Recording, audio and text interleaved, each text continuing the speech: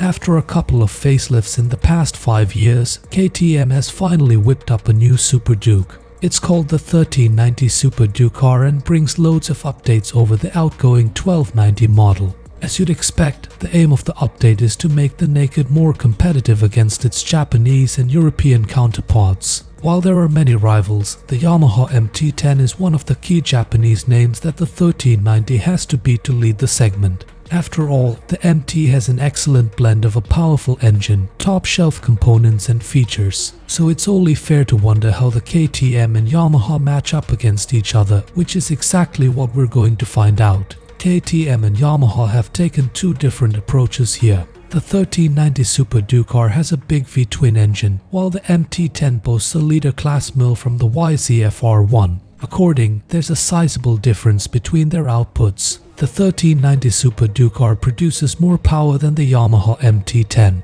No replacement for displacement is a fitting statement when you look at the outputs of both motorcycles. With an extra 350cc, the Super Duke churns out 187 ponies, a sizable 23 more than the MT-10. Same goes for the torque, as the former has extra 25 pound-feet on offer over the latter. The final straws, meanwhile, are the power bands and the efficiency. Being a twin, the Super Duke's power kicks in earlier in the rev range, which also helps promise a slightly better fuel efficiency. Whereas the inline 4MT simply gulps more fuel and has a peaky RPM range. Being hyper-naked offerings, there are a handful of similarities between these two in terms of underpinnings and dimensions. 17 inches wheels, dual front discs, USD forks, and an identical weight all ensure close competition. But just like performance, there's a clear winner here. The 1390 Super Duke R has more premium underpinnings than the MT-10. In typical Japanese fashion, the MT-10 focuses on the basics.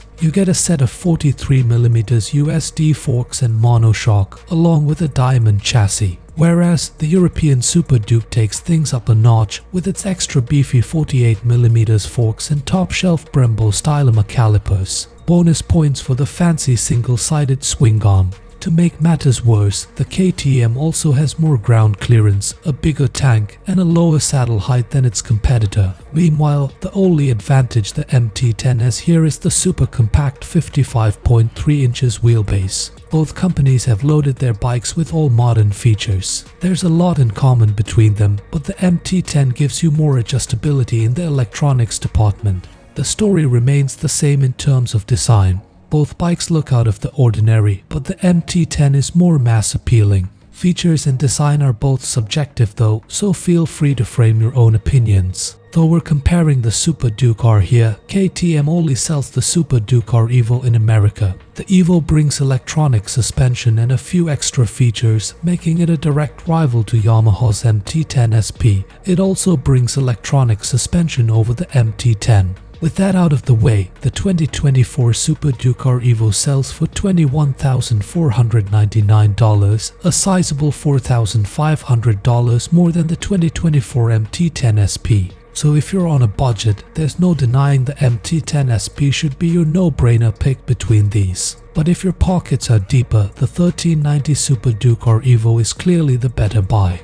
Be it in terms of power or premium components. Let me know in the comments section below which one would you pick and why. If you liked this video, then smash that like button, and if you'd like to catch more motorcycle news and content, consider subscribing to the channel, and I'll catch you in the next one.